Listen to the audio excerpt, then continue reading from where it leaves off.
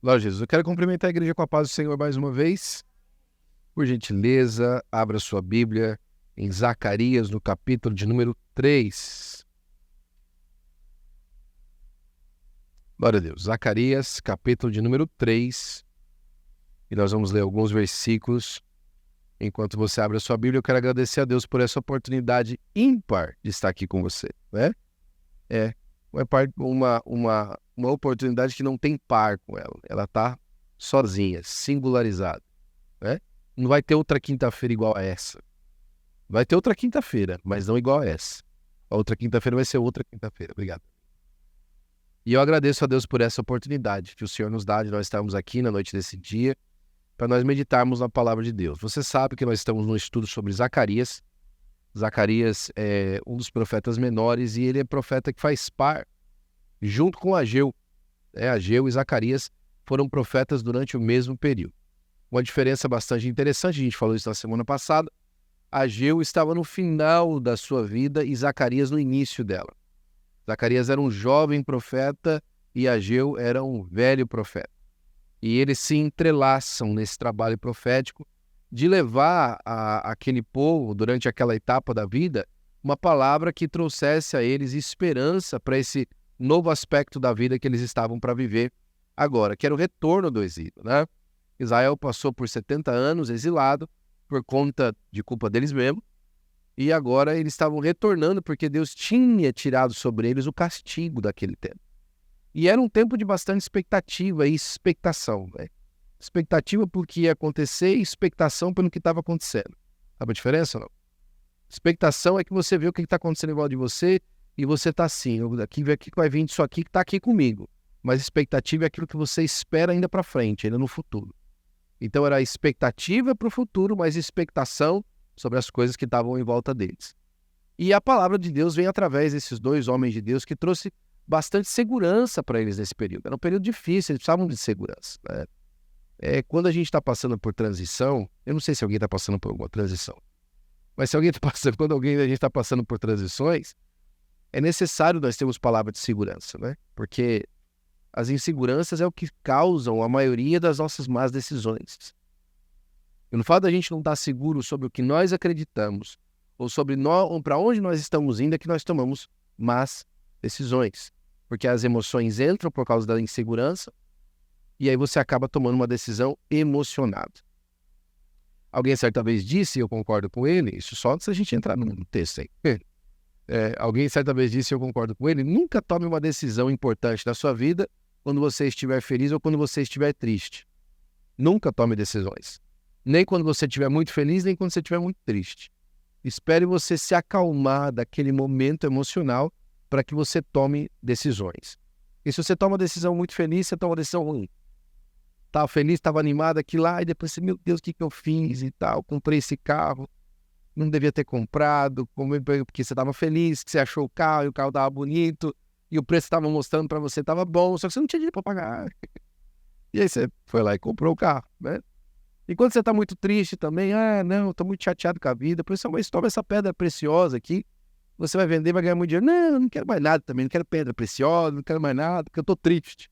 Aí você acaba, às vezes, de não aceitar uma bênção, de receber uma bênção porque você estava triste, né? Então é importante nós acalmarmos as nossas emoções. A palavra profética vem justamente para trazer essa segurança. Hoje em dia, os crentes acham, em alguns lugares por aí, tá? Aqui não.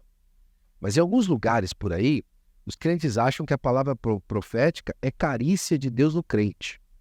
A palavra profética tem que ser carícia de Deus no coração do crente. Você é lindo, eu te amo, e eu vou te tirar dessa, e você não tem culpa de nada, então te perseguindo, você que é o coitado na história. Profecia para muita gente hoje é isso, né? Que só você é o bom e o pessoal está só fazendo maldade com você. A palavra profética no Novo Testamento, inclusive, é Jesus mandando cartas às igrejas, uma palavra profética, tenho contra ti. Uau! Hoje é difícil você ouvir profeta com coragem de dizer, o Senhor manda te dizer, tenho contra ti. Hoje todo mundo é bom, né? Ninguém faz nada de errado, né?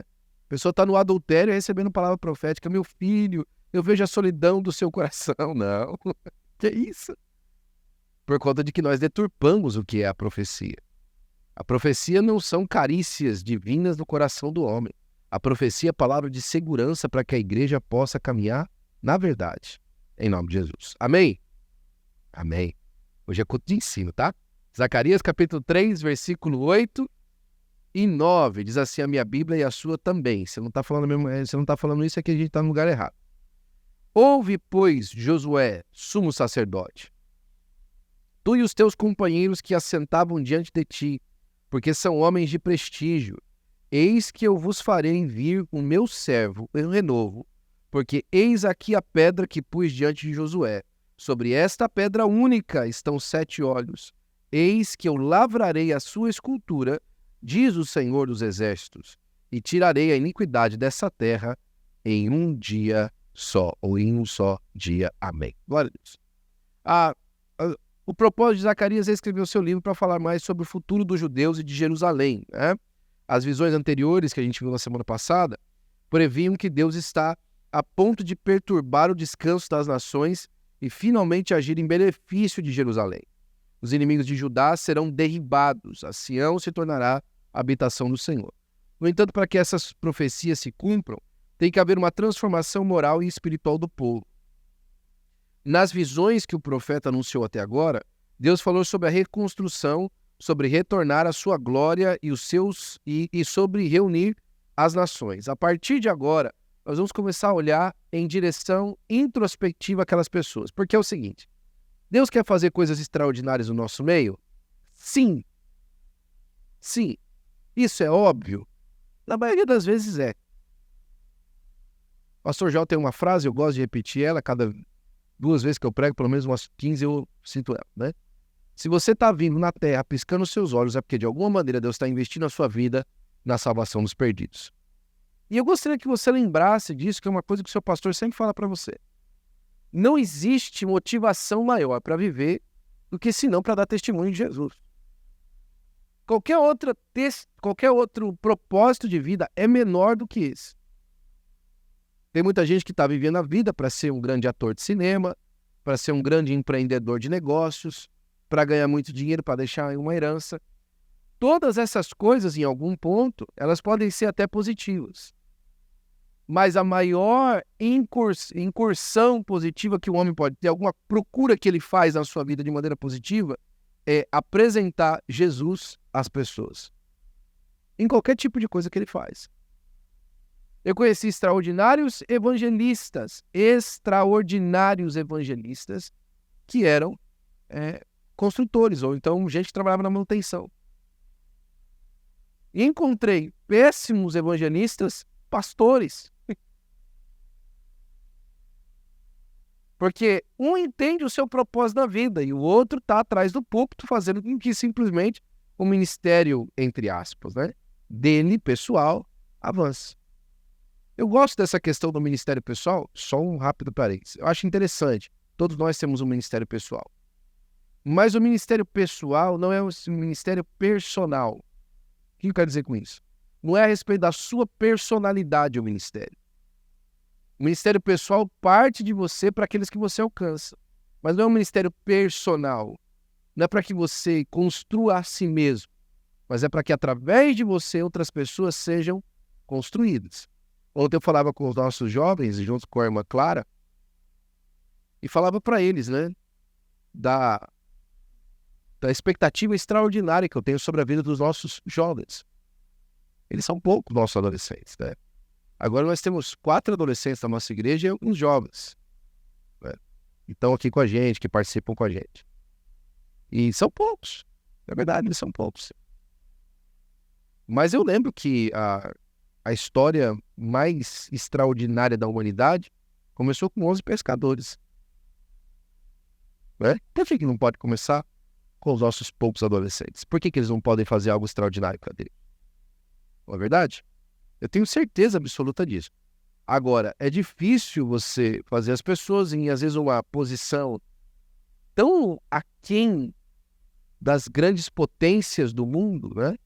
pessoa fala assim, olha, eu nunca vou ter condição de chegar perto dessa posição, daquela posição. Ele fala assim, como é que eu, nessa condição de imigrante, aqui onde eu estou, vou alcançar aquilo ou aquilo outro? Olha, se você crê em Jesus, como diz as Escrituras, tudo é seu, para o engrandecimento do nome do Senhor Jesus Cristo. Você vai perceber na nossa leitura hoje que existem duas figuras bastante claras dentro do povo de Israel naquele momento, além de Zacarias e Ageu, que são os governantes do povo. Um está trabalhando na área eclesiástica, entre aspas, que não era área eclesiástica, era área religiosa, né? Um está trabalhando na área religiosa e o outro está trabalhando na área civil. Na área religiosa, você tem o sumo sacerdote que tinha o nome de Josué, né? Esse Josué aqui não é o Josué de Moisés, tá? É um outro Josué completamente diferente. Ele era sumo sacerdote na época que o povo retorna para Jerusalém. E a outra figura é Zorobabel. Zorobabel, com esse nome interessante, ele era o líder civil do povo. Ele era uma espécie de governador que estava lá na frente. Porque quando o povo voltou do exílio, nunca mais eles tiveram rei. O povo de Israel nunca mais teve rei. O povo de Judá nunca mais teve rei. O último rei de Judá foi o último rei antes do exílio. Depois, quando eles voltaram, eles não tinham mais. Porque mesmo eles agora estando de volta, eles continuavam cativos. Eles continuavam como, né, um subestado debaixo da Síria, debaixo da Pérsia. Eles nunca mais foram completamente livres. Israel e Judá nunca mais tiveram de ter um estado tutor sobre eles. Ok? Isso só foi acontecer em 1946. Antes disso, nunca mais eles tiveram liberdade no seu próprio país. Ok? E a quarta visão que a gente vai perceber, ela é muito interessante, porque ela parece aqui mostrar algumas qualidades do ministério da igreja, né? As visões anteriores destacam as bênçãos de Israel, mas essas promessas dependem de obediência e purificação da nação. Ou seja, as bênçãos de Deus, elas sempre são condicionais. Como? As bênçãos de Deus sempre são condicionais. Eu não estou dizendo para você que Deus se você não fizer, eu não te dou. Não, não é isso que eu estou dizendo. Eu estou dizendo, por exemplo, que se eu tenho $1 milhão para te dar, tem uma condição para você receber esse $1 milhão. Você vem buscar. Não é imposição minha que você não receba os $1 milhão. É imposição sua, de às vezes não vir buscar o que você tem, já por direito. Então Deus abençoa, mas nós temos que nos colocar no lugar da bênção. Nós temos que procurar a bênção, né? Eu não estou dizendo para você que a condição de Deus é o seguinte, você tem $1 milhão aqui, só que se você só vai receber se você aparecer aqui de terno e gravata. Não é assim. Não é assim. É que para você se aproximar de Deus, você precisa de purificação. E isso tem a ver com roupa, com vestuário. Mas ela se manifesta em todas as áreas da vida. É importante a gente saber disso, que a manifestação que nós temos, a nossa maneira de andar com Deus, não se manifesta simplesmente na consciência, mas a partir da consciência ela se manifesta de maneira completa. Deixa eu te dar um exemplo básico, né? Olha, eu gosto de andar com a mão limpa, só que você nunca lava a mão. A sua consciência pensa o correto, mas você não faz o que precisa de ser correto para acompanhar a sua consciência. Então você peca naquilo que você crê. Você crê que o correto é limpar a mão, lavar as mãos, mas você não lava. Você é o correto que... Você crê que é correto viver uma vida pura, mas você não purifica a vida.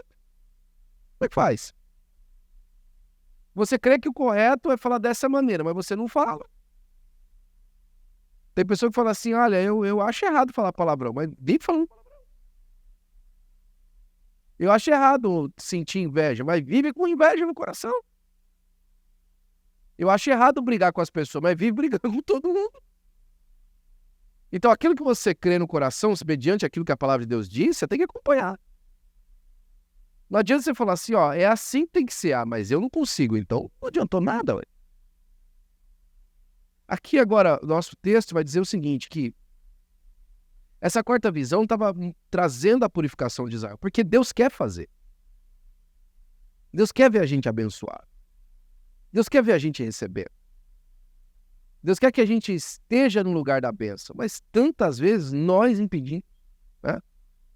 E agora, a quarta visão vai revelar que no ofício sacerdotal de Israel tinha que ser reinstalado em favor de Deus. Um sacerdócio contaminado tinha provocado a desgraça de Israel e necessitava de purificação. É só a gente olhar em Ezequiel capítulo 22, 26.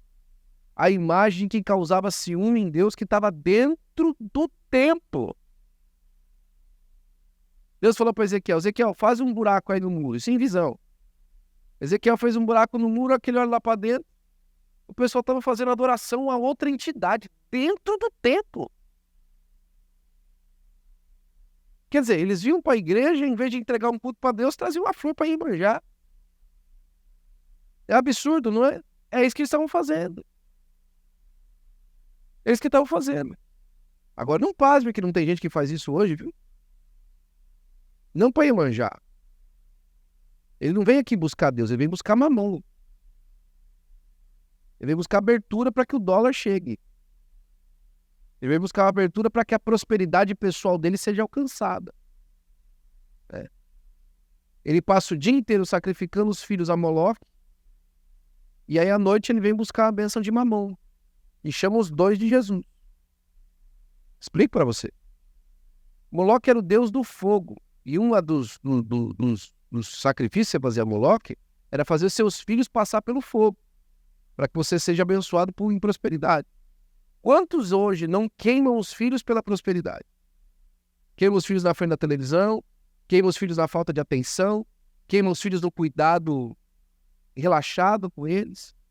Criança pode fazer o que quiser. A criança não tem instrução bíblica durante 7 dias na vida. A única instrução bíblica que ela tem, que ela recebe, é o dia que ela vem aqui para a igreja e ela vai na salinha. Não tem instrução bíblica. Nada. Não sabe nada. Não sabe orar, não sabe fazer absolutamente... É claro que os nossos filhos vão aprender com o passar do tempo, é claro. Mas eu já ouvi pai dizendo assim, eu não vou impor meus filhos na fé cristã. Eles escolhem o que ele quiser. Meu Deus do céu. Quando você abre a sua Bíblia, você vai lá em Gênesis e fala assim, olha, o homem é inclinado ao mal desde a sua meninice. Você vai deixar os seus filhos na inclinação natural da sua carne, fazer escolhas boas para a sua vida? Como é que isso funcionou para você? Como é que funcionou para você?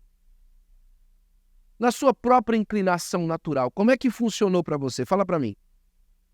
Sem uma ação ativa do Espírito Santo, sem alguém ativamente disciplinando, como é que funcionou para você? Aí você me responde. Se compensa nós deixarmos os nossos filhos à mercê. E aí oferece durante o dia para Moloque e à noite para Mamon. Porque o culto não é voltado a buscar comunhão com Deus e com os irmãos. Alguém tem jeito? Eu acho isso um absurdo. Culto de ensino hoje. Não, eu vim para a igreja, eu não gosto de ninguém naquela igreja lá. Mas eu vou lá para Deus me abençoar. Deus é esse? Que entidade doida é essa? Esse não é o Jesus da Bíblia. Que falou assim, se você vir aqui na casa de Deus, ou diante do altar do Senhor, entregar uma oferta e tiver alguma coisa com teu irmão, entregou à toa. Vai lá, conserta com teu irmão, depois vem e entrega a sua oferta. E olha que interessante, não é com o irmão que você ofendeu, eu ofendi aquela pessoa, eu vou lá pedir perdão para ela. Não é esse. É aquele que te ofendeu. Não é a pessoa que você ofendeu. Aí eu ofendi aquela pessoa lá, eu sei que eu errei com ela, vou lá pedir perdão para ela. Não. É o contrário. É a pessoa que te ofendeu. Vai lá falar com ela, pedir perdão para a pessoa que te ofendeu. Mas que coisa maluca é? Vai buscar ela. Vai lá consertar com o teu irmão, a Bíblia diz. Depois volta. E aí você entrega a sua oferta. Esse é o padrão das ofertas do culto. Agora, Jesus estava comparando isso a uma oferta financeira. Por quê? Porque é onde a nossa hipocrisia mora com mais liberdade. Porque a gente acha que o culto espiritual está tudo tranquilo. Não está. Aqui, exatamente vem Zacarias viu que Josué, o sumo sacerdote, necessitava de purificação, que estava na capacidade oficial e representativa, diante do uso do Senhor, na execução do seu ministério. Está aí, capítulo 3, versículo 1. Pode acompanhar lá. ele subitamente viu-se objeto das acusações de Satanás. Se ele fosse rejeitado, a nação também seria rejeitada. Se ele fosse restaurado, a nação também seria restaurada. Aí está lá, Josué, no seu trabalho sacerdotal e Satanás o acusando. Satanás é o acusador. Agora, aqui fala em dois paradigmas, né? O primeiro deles é o sacerdócio no caso do ministério. Pastores, evangelistas, presbíteros, cooperadores, líderes da casa de Deus. Gente que lidera na igreja. Gente que tem uma posição.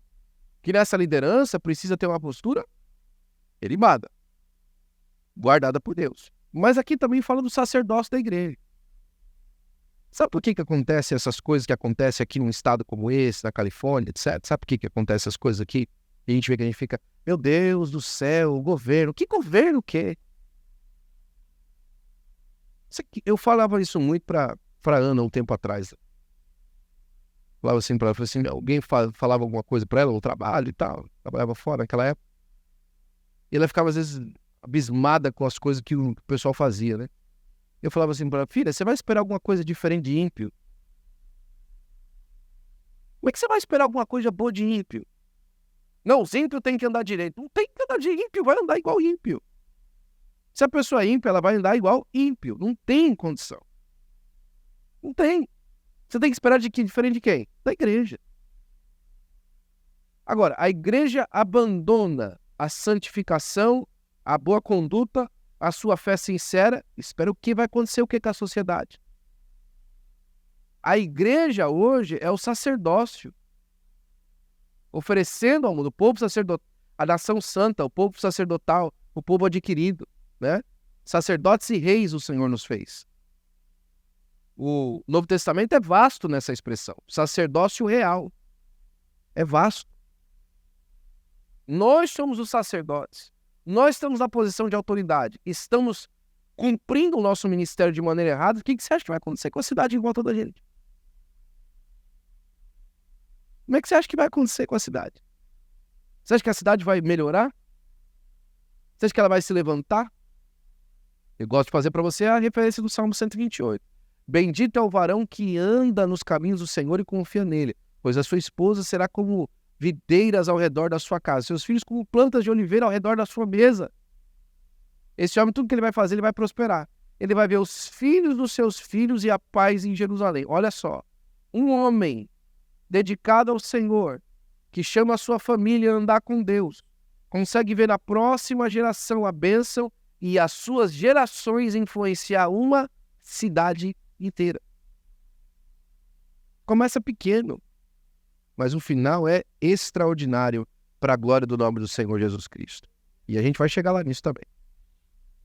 Ora, Josué estava trajado de vestes sujas lá, entre o versículo 1 e o 3. Josué está aqui em seu caráter oficial representativo. Se ele for purificado, a nação também será. Ei, se a gente começar a santificar a nossa vida, olha, essa cidade vai começar a mudar o estágio que ela está vivendo, viu?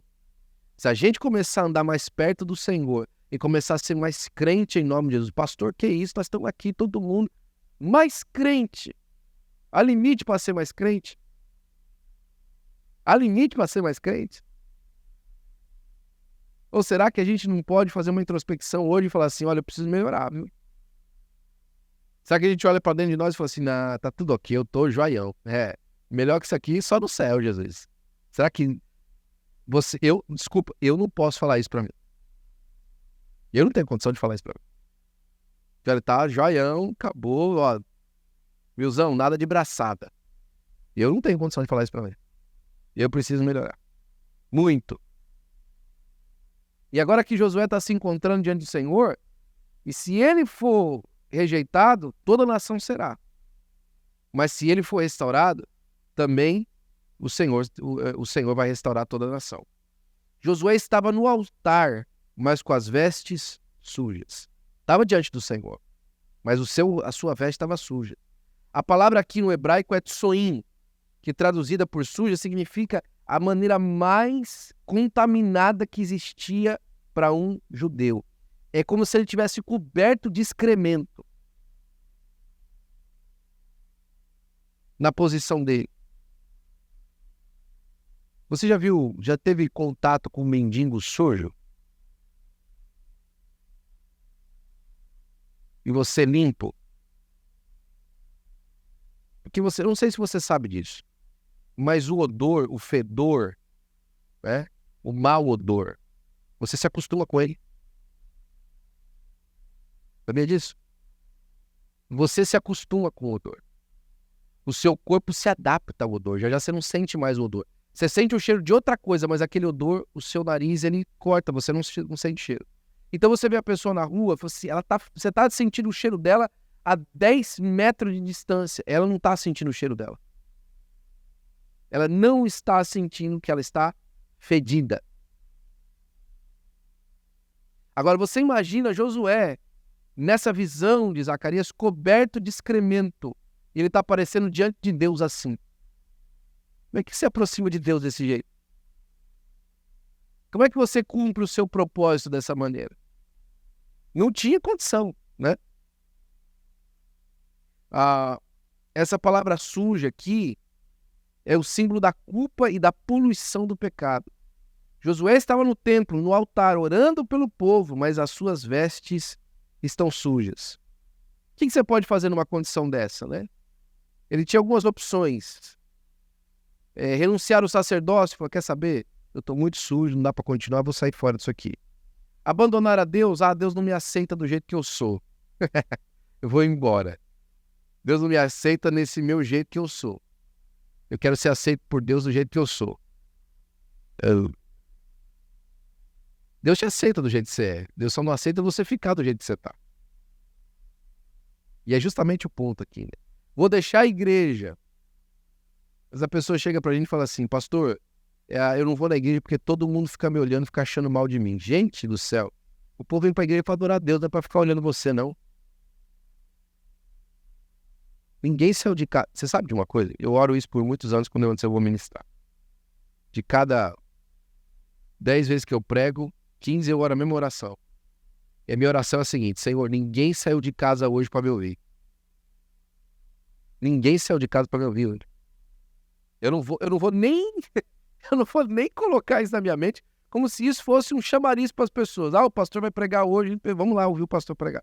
E isso, você pode ter certeza que é uma das coisas que eu sempre falo, Senhor, ninguém saiu de casa para me ouvir. As pessoas saíram de casa para ouvir o Senhor. Agora, quem vai ministrar hoje sou eu, então me usa. Porque o povo precisa de ouvir o que o Senhor tem para dizer. Mas tem gente que tá lá, ele abandona a igreja. Por quê?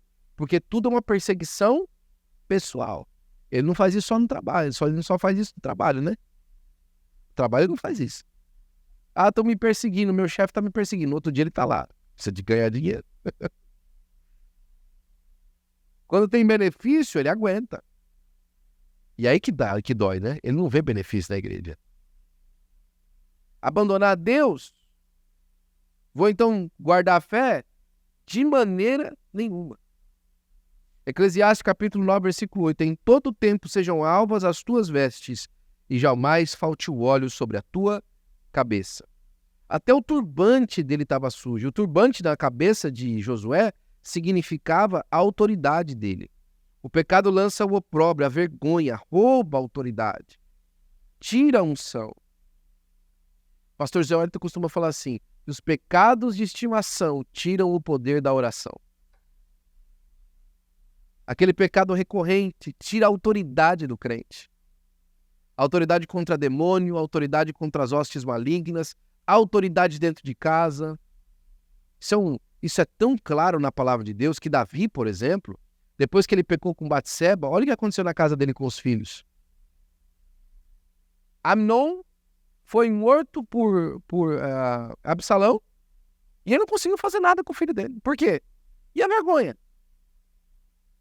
Depois o filho volta, simplesmente como se batesse na cara dele, ele não faz nada. Por quê? Não tinha mais autoridade de pai. Perdeu a autoridade. Um homem de Deus, com autoridade de rei sobre a vida dele, cumprindo o seu ministério de maneira extraordinária. Um pai zero à esquerda. péssimo pai. Davi é um dos piores pais da Bíblia. Davi.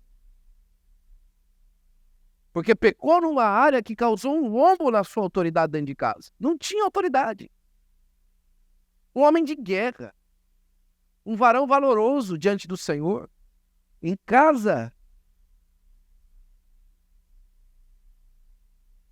É tão extraordinário que quem escreve os salmos de família é o filho dele, Salomão. Ele não escreve salmo para a família. Ele falou assim: nas presenças dos deuses a ti cantarei louvores, mas não na presença dos filhos. O Salmo de número 34, que ele fala assim: vinde meninos, e vos ensinarei o temor do Senhor. É ele falando para aqueles jovens que estavam na caverna de Adulão. Mas não tem: vinde meus filhos, e vos ensinarei o temor do Senhor. Autoridade marcada. Com turbante sujo, você perde a autoridade. Perde a autoridade sobre a sua casa, sobre seus filhos, sobre a sua família, né? Tem famílias que são especialistas em fazer um e o outro perder a autoridade. Porque a sujeira não é lavada. A sujeira é aumentada. Ou ela é mostrada ainda mais. Se está sujo, às vezes algumas casas, alguns lugares, eles fazem assim: se tá sujo, gente, vem cá ver, ó, vem todo mundo ver aqui, ó, vem ver como tá sujo. Multiplica a vergonha. Porque às vezes a vergonha tá num lugar: vamos fazer o seguinte, vamos lavar isso aqui? Vamos lavar, nós estamos juntos aqui, vamos lavar, vamos deixar você limpinho e tal. Não é para os outros ver. É para que a sua autoridade, para que a nossa unidade não seja mais maculada do que foi, mas não. Tem gente que é especialista. Ó, lá em casa tá uma sujeira.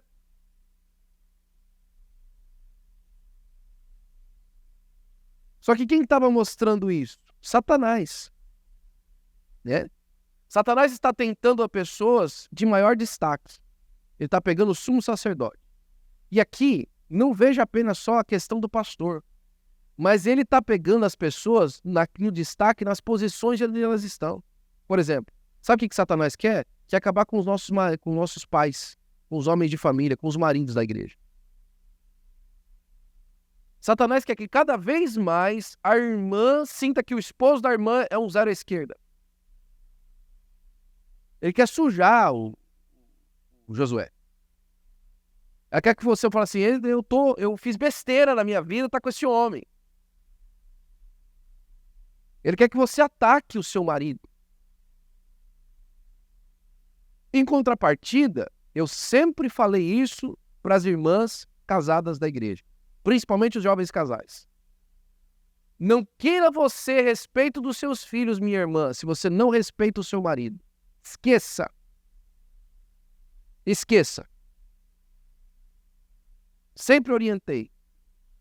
Aquele negócio que o pessoal falava antigamente, que as mães falavam o seguinte: olha, se você não comportar, a hora que o seu pai chegar, você vai ver. Era botar o marido como um chefão para as crianças ter medo. Não, minha senhora, a senhora errou. Isso era mostrar para os seus filhos que você está debaixo de autoridade. E você falar para os seus filhos o seguinte: olha, eu estou aqui porque o seu pai me deixou cuidando de vocês. Ele é autoridade sobre a nossa casa. E se vocês não cumprirem a autoridade que eu estou fazendo, mandando vocês fazer, a hora que ele chegar, eu vou contar para a minha autoridade o que vocês estão fazendo comigo. É você se colocar debaixo de autoridade, mas você acha que isso é opressão. Estou sendo oprimida. Eu não preciso de homem. Ah, tá bom. Tá bom. E aí a autoridade é maculada, é suja. A única coisa que as crianças ouvem em casa é o quanto o pai tem defeito. O pai é isso, o pai é aquilo, o pai é aquilo outro. A autoridade está mostrando. Mas também, meu irmão, meu varão, você que está aqui comigo e está pela internet, tem um companheiro que faz por onde também. Se uma coisa é verdade, a outra também é. Tem companheiro que faz por onde, meu. O cara faz por onde. O cara faz por onde. Tem alguns que falam assim: a justificativa, mas eu não bebo. Eu nunca cheguei em casa bêbado, né? Ok. Mas também nunca chega a ação do juízo, sem ser com algum problema. sempre chega com uma reclamação, sempre chega com alguma coisa que não funciona, sempre chega com uma desculpa para você não colocar-se na posição de tomar decisões, de fazer aquilo que você precisa de fazer diante do Senhor. Uma das grandes frases do grande célebre e filósofo brasileiro vivendo na América, Josinei Lopes, tio Lopes. Ele falava assim, o homem precisa ser homem ou precisa de marcar o dia para ser. Muitas vezes, irmãos, nossos pecados não são pecados assim de área moral, de área, sabe? São também. Às vezes o pecado, irmão, é simplesmente não se colocar na posição que Deus te chamou para você estar. Colocar outros ídolos na sua vida. Colocar outros valores que não sejam o Senhor na sua vida. Eu posso falar isso com todo respeito. Eu podia aqui nomear várias questões na vida do meu pai. Mas o que eu jamais pude ponderar na vida dele é que ele não era um homem crente. Não tinha como falar que meu pai não era um homem crente. Eu vi Deus agindo em favor do meu pai em momentos que eram chave para a nossa família. Meu pai falar coisa, do Senhor, Deus proverá. E no outro dia acontecer. Isso depois dele ter ido e tentado buscar emprego, andando 18 quilômetros durante o dia em São Paulo para tentar achar emprego. Não conseguiu, falou, amanhã Deus proverá. E no outro dia aparecia um tio com pão francês, presunto e queijo. Olha que coisa boa. Então entenda isso, que o diabo vai atrás do sumo sacerdote. E onde é que ele está fazendo isso? No templo, lugar sagrado. Você acha que o diabo vai atacar você naquilo que é menor na sua vida? Ele vai atacar naquilo que é sagrado. É por isso, irmãos, que ele vai atacar os casais no leito. Ele vai atacar os casais na comunhão. Ele vai atacar a igreja nos líderes. Ele vai atacar a igreja trazendo escândalo para as pessoas não quererem estar na igreja. Quando eu vejo alguma luta surgir no meio dos irmãos, eu já sei o que é. Tá dando certo, o diabo pega e coloca lá um negócio. O trabalho começa a prosperar. Aquela família cristã que começou devagarzinho, agora tá andando. Aí aparece, mas deu problema com alguém dois lá. Já quer. Não, é o diabo, no templo, no que é santo. E a gente continua achando, continua crendo que são pessoas. Não são pessoas. É o diabo, Satanás, o nosso adversário. E onde que ele faz isso? No lugar mais estratégico, né? Do lado direito. De lado direito aqui não é simplesmente uma questão política, é no principal, naquilo que vai à frente, naquilo que demonstra mais força, no lado direito, no lado destro. O diabo não vai atacar nem aquilo que não é importante, nem aquilo que não é sagrado. Ele vai direto naquilo que é importante, vai na jugular. Eu não sei, por exemplo, que tem às vezes lutas que se levantam só para trazer tristeza no coração da gente, a gente não querer vir no culto? Não. Por favor, nós estamos precisando de prestar atenção mais nessas coisas, esses detalhes, né? Satanás aponta para a contaminação de Josué, que simbolizava a contaminação de todo o povo de Israel, e insistiu que Deus Santo castigasse esse povo corrompido. Parecia um caso incontestável. Olha, o problema das nossas lutas e das nossas dificuldades que nós trazemos para nós mesmos, diante de Deus e por conta de Satanás nos acusar, é incontestável. Está patente para Deus. Não acho que não está patente para Deus. Só que você tem uma sorte. Você tem uma sorte. A graça de Deus é abundante sobre a sua vida. Você tem uma sorte. A sua sorte é o Senhor Jesus Cristo. Ele é a sua sorte. Ele é a nossa sorte. Ele nos alcança, Ele nos ajuda. Ele é o nosso advogado. Porque agora o ministério presente de Cristo no céu é duplo. Ele é sumo sacerdote, mas ele também é advogado. O Senhor repreendeu Satanás. A primeira coisa que ele fala lá no versículo 2, olha só, mas o Senhor disse a Satanás, o Senhor te repreenda, ó Satanás, sim, o Senhor que escolheu Jerusalém te repreenda.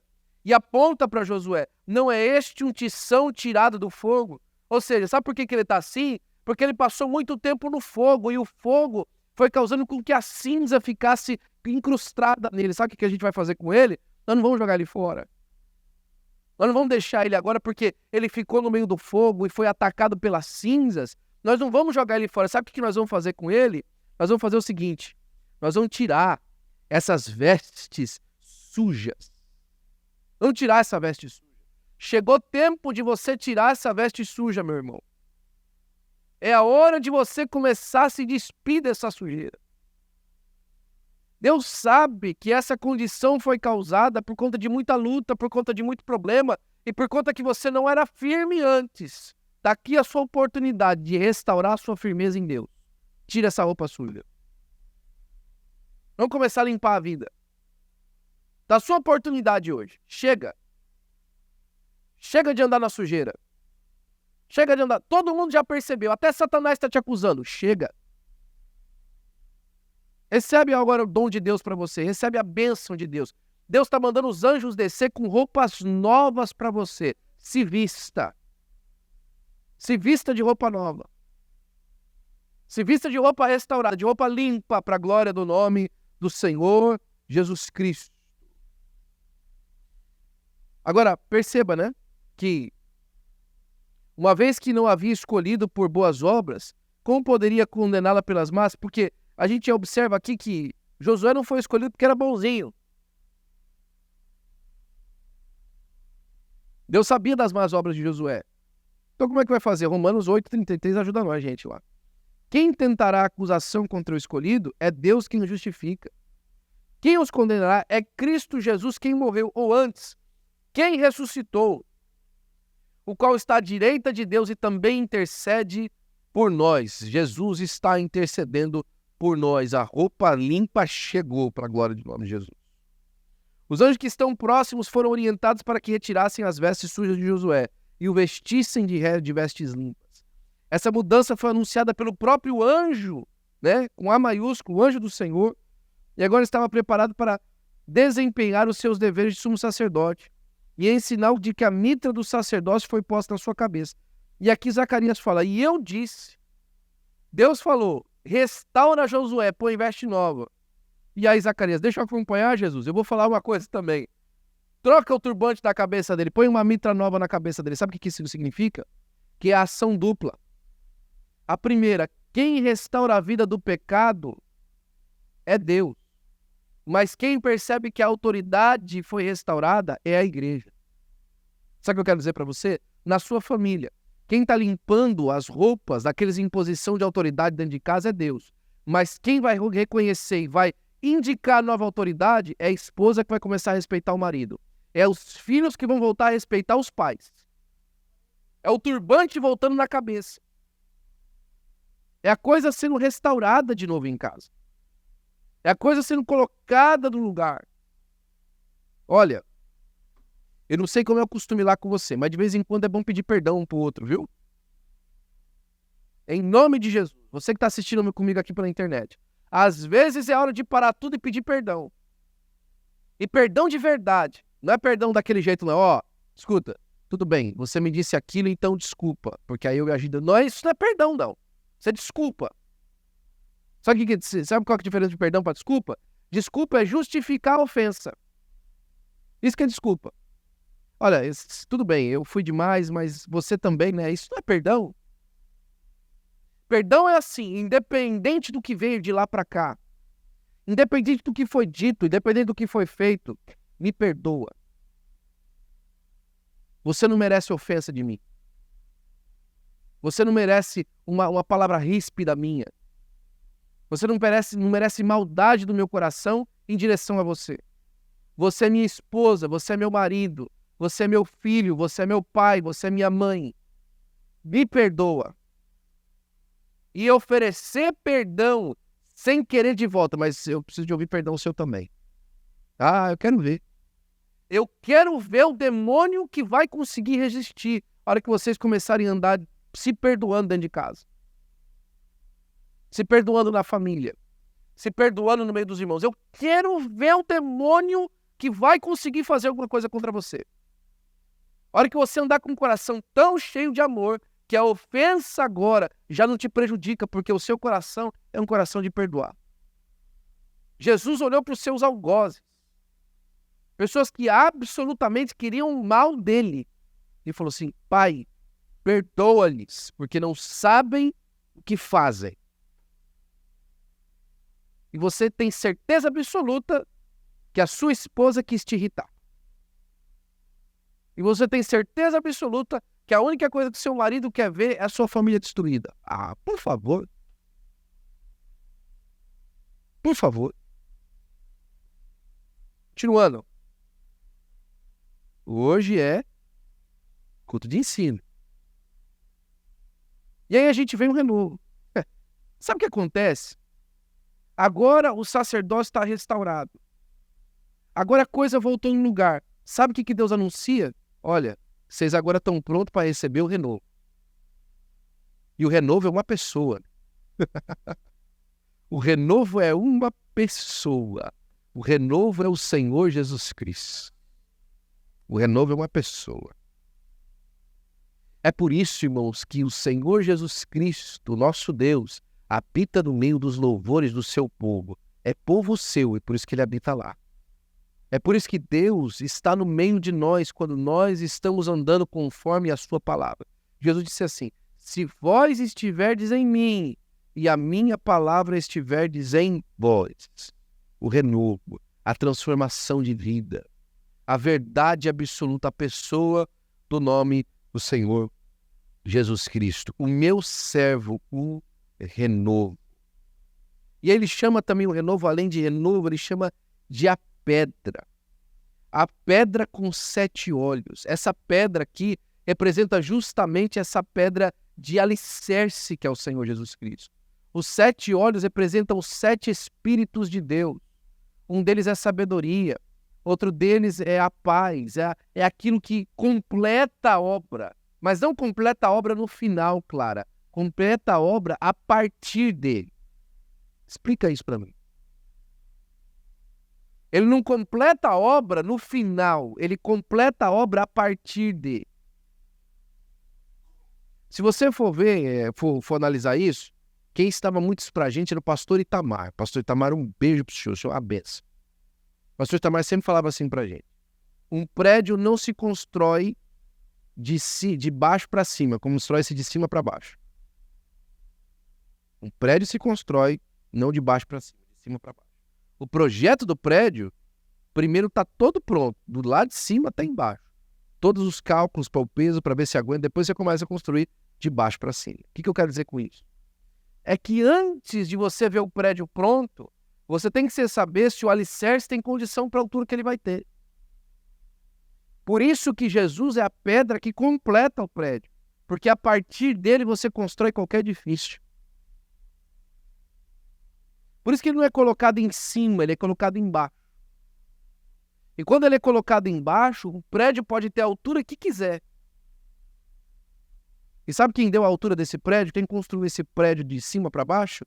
O arquiteto maior do universo, a pessoa do nosso Deus. Ele fez. Agora olha que interessante. Olha os aspectos do ministério do Messias para a gente entender ele como essa pedra. A gente precisa terminar. Tinha tanta coisa que a gente podia falar ainda, mas o tempo não nos permite. Esses estudos são muito maravilhosos. Olha só. O Messias é a pedra angular ou fundamental. Já dei o exemplo para você hoje do edifício. É uma pedra de tropeço. Tem uma passagem, se eu não me engano, é 2 Pedro. Abre para mim aí. 2 Pedro, capítulo 2, versículo 8. Ou Romanos 9, 32 ao 33. Pode abrir. 1 Pedro, na verdade, capítulo 2, versículo 8. Se você achar primeiro do que eu, você lê. 1 Pedro, capítulo 2, versículo 8.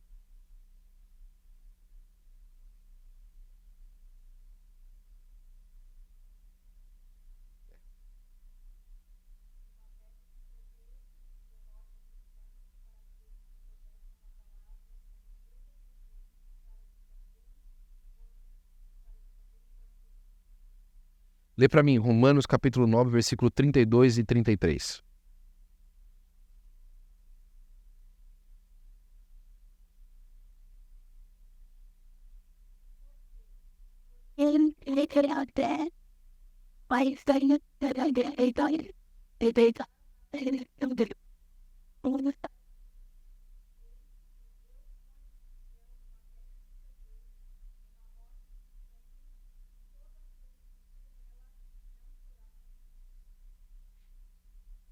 Ele fala que colocou uma pedra de tropeço, uma pedra de escândalo, mas quem crê nela não será confundido.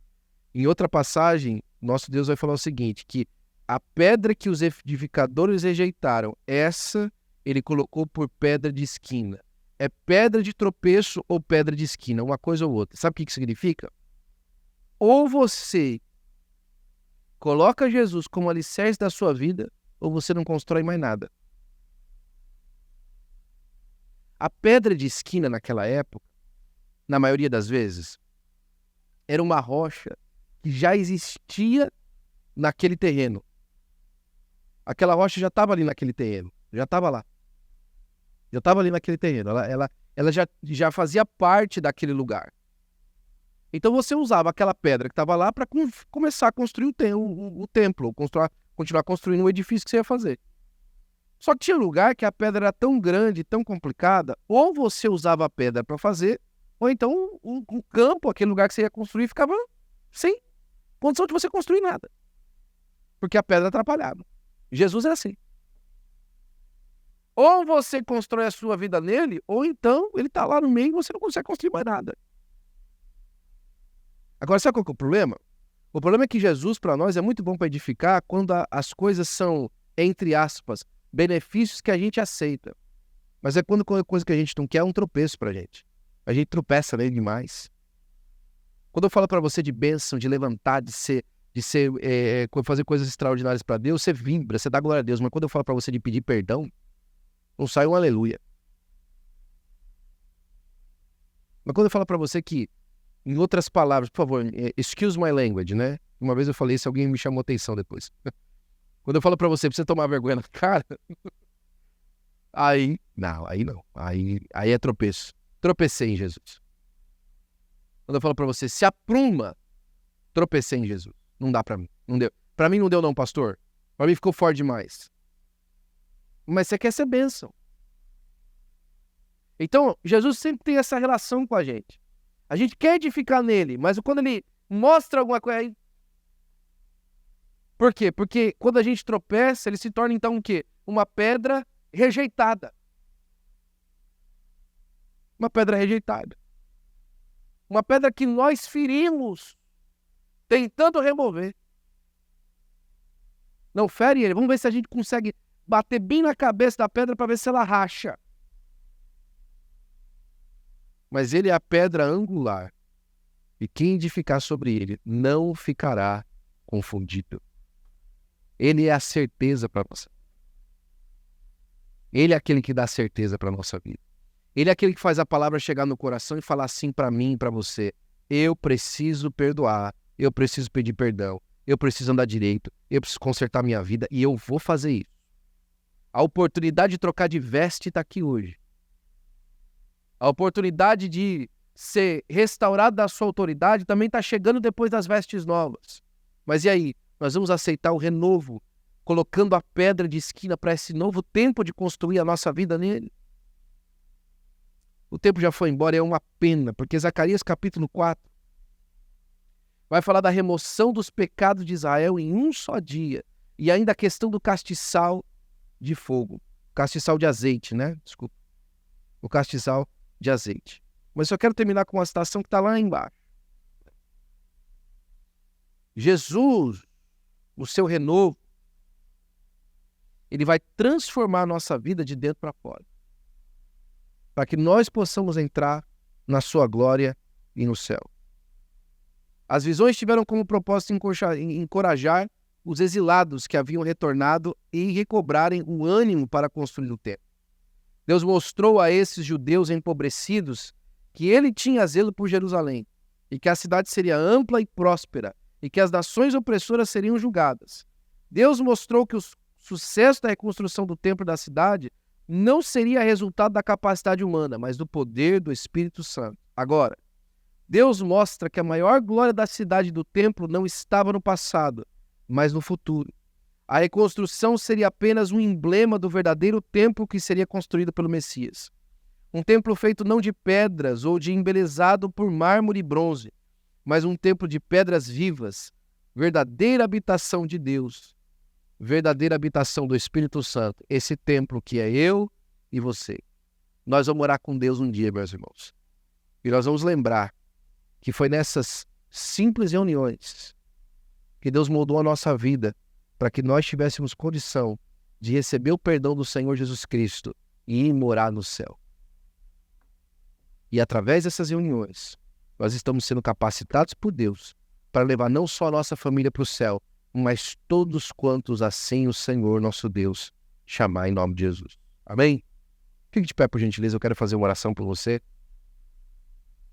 Nessa oração, você está em casa ou está aqui, eu não vou chamar você à frente, mas eu queria que você fizesse uma introspecção em você.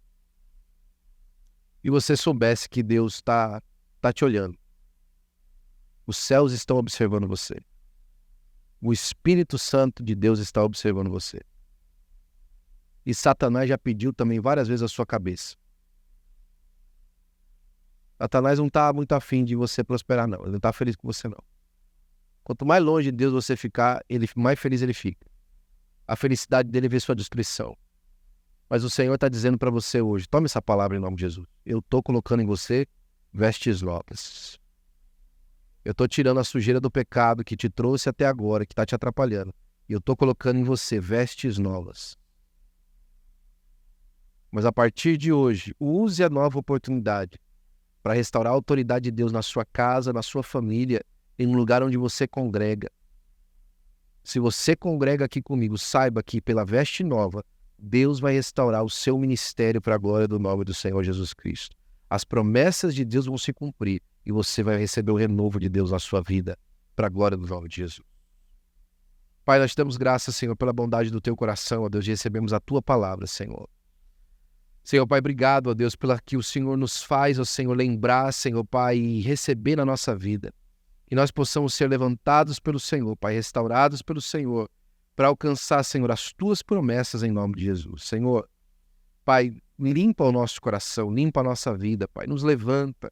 Levanta, Senhor, o propósito, Senhor, Pai, de nós estarmos diante de Ti, de nós vivemos para Ti, Senhor. Guarda, Senhor, Pai, os nossos propósitos, Senhor, Pai, no Senhor, e nos ajuda, Pai, a enxergar as coisas que o Senhor tem para nós. E nós para sempre te daremos a honra, a glória e o louvor em nome de Jesus. Amém